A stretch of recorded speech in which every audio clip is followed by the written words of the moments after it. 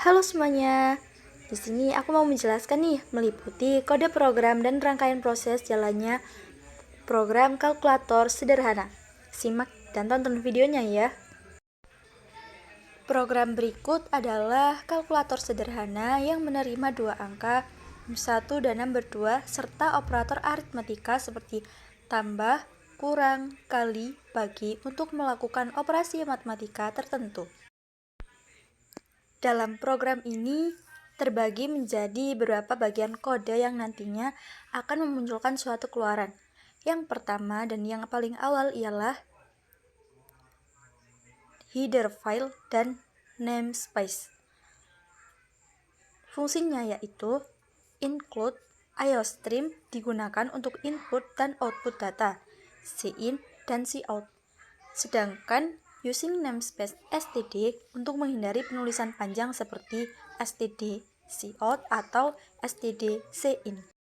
Selanjutnya, terdapat fungsi aritmatika, di mana ada penjumlahan, pengurangan, perkalian, dan pembagian, di mana yang masing-masing penjumlahan dengan double tambah dalam kurung double A, double B tutup kurung, kemudian kurung buka kurawal, return A plus B titik koma, kemudian kurung kurawal tutup, untuk mengembalikan hasil penjumlahan dua bilangan A dan B. Untuk yang kemudian juga sama, untuk mengembalikan hasil pengurangan A dengan B serta seperti itu hingga pembagian. Namun, pada pembagian, jika B pembagi tidak sama dengan 0, maka program mengembalikan hasil pembagian A atau B.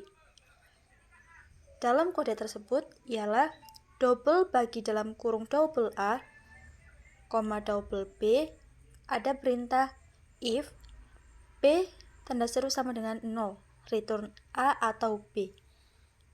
Maka, yang terjadi jika B pembagi tidak sama dengan 0, maka program akan mengembalikan hasil pembagian A atau B. Namun, jika B sama dengan 0, program akan mencetak pesan kesalahan dan mengembalikan nilai 0. Kemudian, fungsi main ialah untuk mendeklarasikan variabel. Dituliskan double num1, num2 titik koma, char operasi titik koma. Variabel untuk menyimpan dua angka, num1 dan num2, dan operator matematika operasi. Kemudian, masuk dalam proses input. Program meminta input angka pertama, operator operasi, dan angka kedua dari pengguna.